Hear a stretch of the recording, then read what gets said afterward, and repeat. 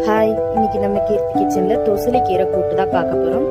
நல்ல கீரை அந்த மாதிரி தண்டு இல்லாமல் ஆஞ்சி எடுத்து வச்சுருக்கேன். அதை நல்லா அலம்பிட்டு வேக வச்சுருந்த பருப்பில் சேர்த்துருக்கேன். நான் ஒரு கரண்டி பருப்பு வேக வச்சு வச்சுருந்தேன். அதில் அந்த கீரையை நல்லா சேர்த்துட்டு கொதிக்க விட்டுடலாம். கீரை வெந்து வந்த உடனே தேவையான அளவு கல்லுப்பு சேர்த்துட்டு மத்து வச்சு நல்லா கடைஞ்சி எடுத்துக்கலாம். கீரையும் பருப்பையும் பாருங்கள், இந்த அளவுக்கு நல்லா கடைஞ்சி எடுத்தாச்சு. இதில் ஒரு சின்ன எலுமிச்சம்பழம் சைஸுக்கு புளி எடுத்து அதை கரைச்சி புளிக்கரைசல் எடுத்துக்க அதை இதில் சேர்த்துட்டு நல்லா கலந்து விட்டு அடுப்பில் எடுத்து வச்சிடலாம். அந்த கீரையை அடுப்பில் வச்சு இந்த புளி பச்சை வாசனை போகிற வரைக்கும் நல்லா கொதிச்சு வரட்டும்.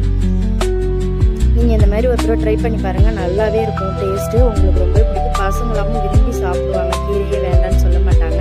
இப்போ இந்த புளி பச்சை வாசனை போனோடனே இறக்கிட்டு தாளிச்சிடலாம். கூட்டுக்கு தாளிப்பு கரண்டியில் எண்ணெய் விட்டு எண்ணெய் சூடானதும் வெங்காய வடகம் தான் நான் இன்றைக்கி தாளிக்கிறேன். இதை தாளித்து கூட்டில் சேர்த்துடலாம். நம்மளுடைய தொசலி கீரை கூட்டு சூப்பராக ரெடி ஆயிடுச்சு. நீங்களும் ட்ரை பண்ணி பாருங்கள், உங்களுக்கும் ரொம்ப பிடிக்கும். ட்ரை பண்ணி பார்த்துட்டு சொல்லுங்கள். தேங்க்யூ.